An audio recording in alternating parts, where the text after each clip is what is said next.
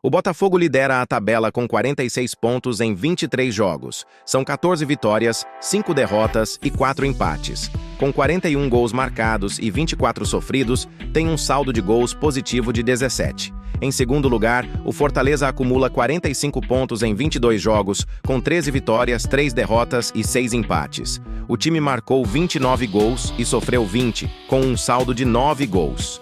O Palmeiras ocupa a terceira posição com 41 pontos em 23 partidas. O time venceu 12 vezes, perdeu 6 e empatou 5, com 31 gols a favor e 19 contra, resultando em um saldo de 12 gols. O Flamengo está em quarto lugar com 41 pontos em 22 jogos. São 12 vitórias, 5 derrotas e 5 empates. Com 36 gols marcados e 25 sofridos, o saldo de gols é de 11. Na quinta posição, o Bahia tem 38 pontos em 23 jogos. Com 11 vitórias, 7 derrotas e 5 empates, o time marcou 33 gols e sofreu 25, com um saldo de 8 gols. O São Paulo está em sexto lugar, também com 38 pontos em 23 jogos. Com 11 vitórias, 7 derrotas e 5 empates, o time marcou 31 gols e sofreu 23, resultando em um saldo de 8 gols. O Cruzeiro ocupa a sétima posição com 37 pontos em 22 jogos.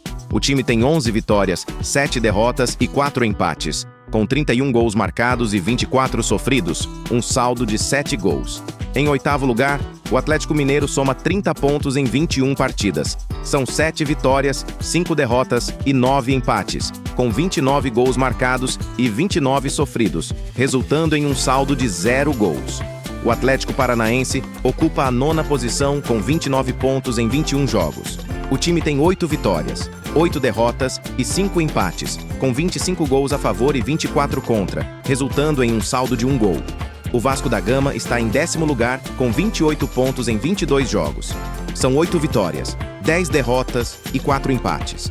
O time marcou 26 gols e sofreu 33, com um saldo negativo de 7 gols. O Juventude ocupa a 11ª posição com 28 pontos em 23 jogos.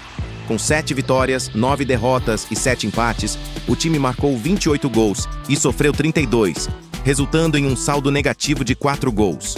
O Red Bull Bragantino está em 12º lugar com 27 pontos em 21 jogos. São 7 vitórias, 8 derrotas e 6 empates. O time marcou 26 gols e sofreu 26, com um saldo de 0 gols.